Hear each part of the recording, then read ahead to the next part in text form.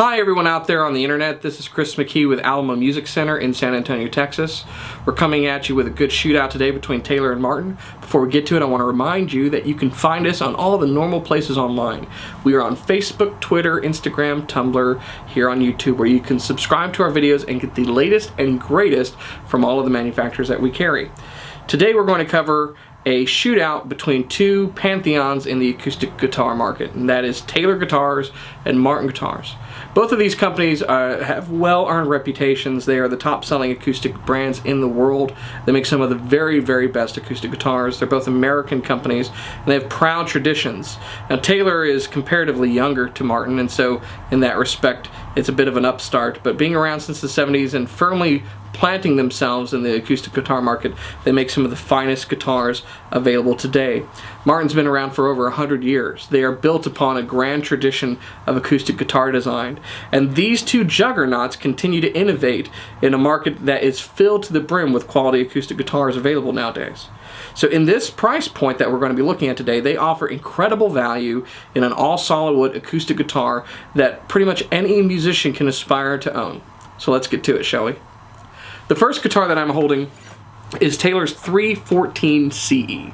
Now this is in Taylor's 300 series guitar line, and the 300 series is the entry level into an all solid wood guitar that's manufactured in their El Cajon plant here in the United States, just outside San Diego. The 300 series basically has sapele back and sides, or new for 2015 African blackwood back and sides with a mahogany top. The sapele comes with a spruce top. So that's your 314 CE that I have here. The 314 CE is going to be very similar to the other guitar that we're looking at from Martin, and that is the GPCPA4. Now this is Martin's entry level into the all solid wood American made guitar out of their Nazareth, Pennsylvania factory, which is a storied factory that's been around for about 70 or 80 years, if I recall correctly.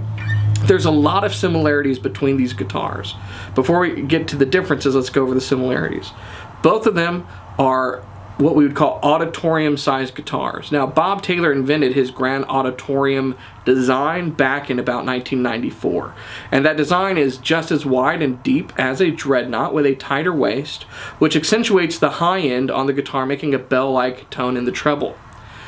Martin has recently come out with the Grand Performance design, or the Grand Performer body. Now this is very, very similar to the Grand Auditorium body from Taylor. The dimensions are a little bit different, but not by a great deal. So if you were to change the bridge, the pickguard on either of these, and cover up the headstock, the layman might be it might have trouble determining between the two of them. The dimensions are pretty close. What is also pretty similar is the materials and the neck. So this is Martin's Performing Artist neck, which is a 1 3/4 inch nut with a low profile carve, similar to the Taylor neck, which is a 1 3/4 inch nut with a low profile carve. They both have the same scale. They have the same amount of frets. They're similar in size. They both have spruce tops. They both have sapele back and sides.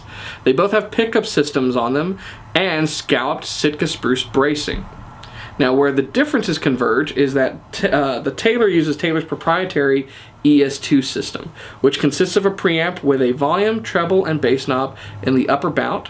It has 3 piezo elements in the bridge behind the saddle.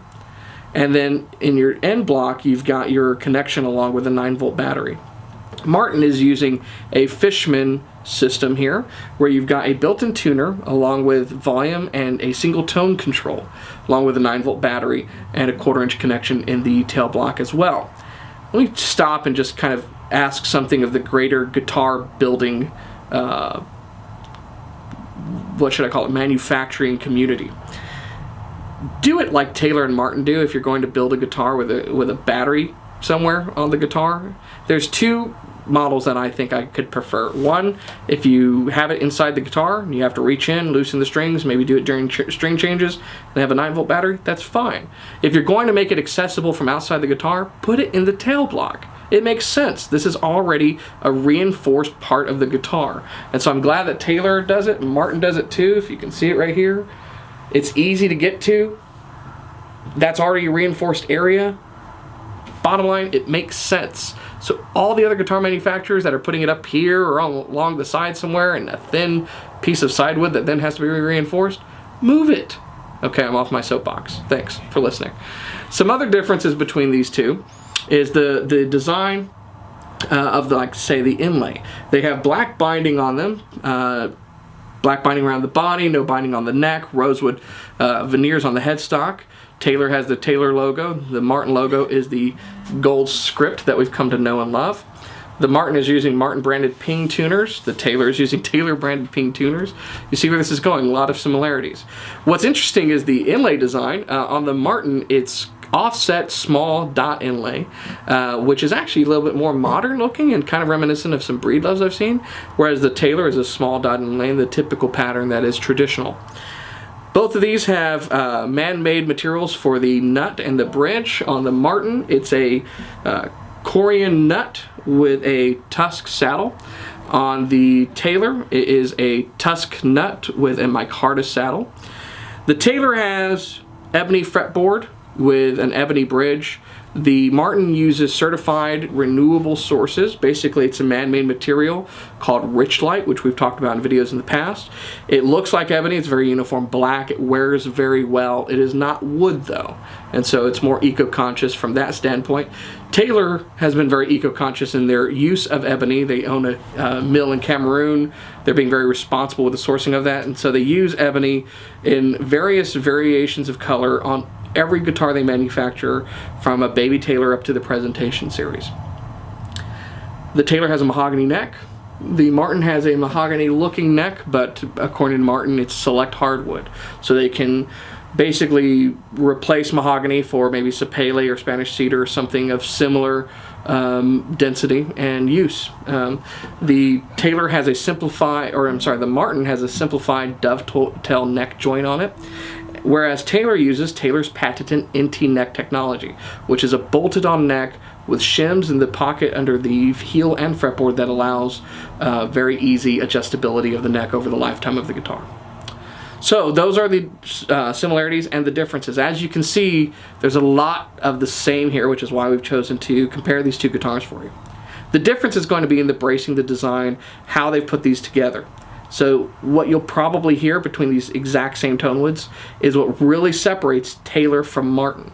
So if you've ever wondered how these sound compared to one another as companies, this is probably going to be your best bet to find out. So let's give it a listen to and tell us in the comments which you prefer and what you think. If you're interested in either of these guitars, go to our website at alamomusic.com or give us a call today.